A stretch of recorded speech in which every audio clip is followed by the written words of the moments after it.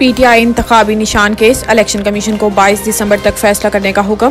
Peshawar high court के 2 रुकनी bench ने P T I intra party इंतखाबात और इंतखाबी निशान केस पर तहरीक इंसाफ की दरखास्त पर समाअत की, जिस सिलसिले में पार्टी चेयरमैन बैरिस्टर गोहर अदालत में पेश हुए। पेशावर हाई कोर्ट में बयान देते हुए चेयरमैन तहरीक इंसाफ बैरिस्टर गोहर ने कहा है कि इंट्रा पार्टी इंतखाबात का तरीकाकार पार्टी ने खुद तय करना होता है। अगर इंट्रा पार्टी इंतखाबात को तस्लीम ना किया गया तो इंतखाबी निशान बला नहीं मिलेगा। कल तक इंतखाबी निशान ना मिला तो हमारे उम्मीदवार आजाद तस्वुर होंगे। इन्होंने कहा है कि इलेक्शन कमीशन मामलात को ताखीर का शिकार करता आ रहा है। तमाम सियासी जमातों को छोड़कर एक पार्टी के साथ ऐसा सलूक हो रहा है। ये पीटीआई के साथ इम्तियाजी सलूक हो रहा है। क्या 32 सवालात किसी और पार्टी से भी पूछे गए?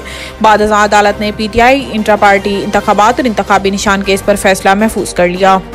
पाकिस्तान ने $35 करोड़ कर्ज के लिए वर्ल्ड बैंक की शराइत तस्लीम कर ली। तफसीलात के मुताबिक प्रॉपर्टी पर तखमीनी लागत का तनासुब मार्केट कीमत का 85% रखने के लिए सूबाई रेवेन्यू बोर्ड ने FBR के मालिक कदर के जदूल को ज़िलई जदूल के तौर पर मुल्क के 21 अजला में इख्तियार कर लिए हैं। इसके अलावा हुकूमत ने 15,000 रुपये या इससे जायद मालियत के प्राइस बॉन्ड्स को रजिस्टर्ड दस्तावेज में तब्दील करने के लिए वर्ल्ड बैंक से इत्तफाक कर लिया।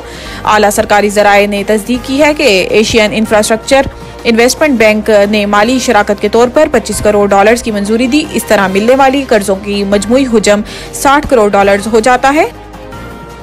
साइफर केस का ट्रायल फौरी रोकने की इस्तदा मुस्तरद। चीफ जस्टिस मियां गुल हसन औरंगजेब ने रिमार्क्स दिए हैं कि इस मामले पर अटॉर्नी जनरल को सुनना चाहते हैं।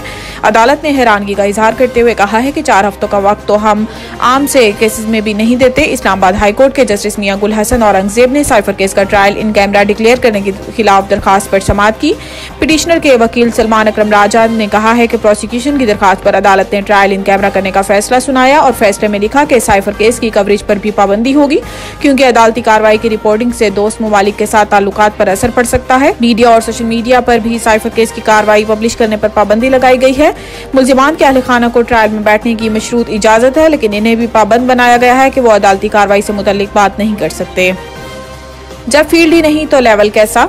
चौधरी परवेज इलाही तोड़फोड़ केस में जुडिशल कॉम्प्लेक्स इस्लामाबाद पेशी के मौका पर मीडिया से गैर रस्मी गुफ्तगू में चौधरी परवेज इलाही का कहना था कि जब फील्ड ही नहीं तो लेवल प्लेइंग कैसा।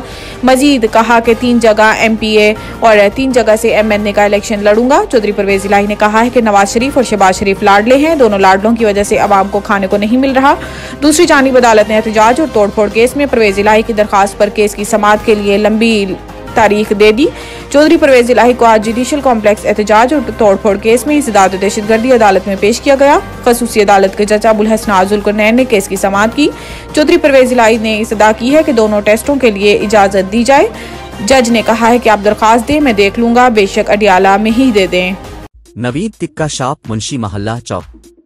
नया अंदाज, नया जायका और मयार एक साथ। नवीद टिक्का शॉप अपना पैगाम देते हैं, रेट वो जो हर किसी की पहुंच में।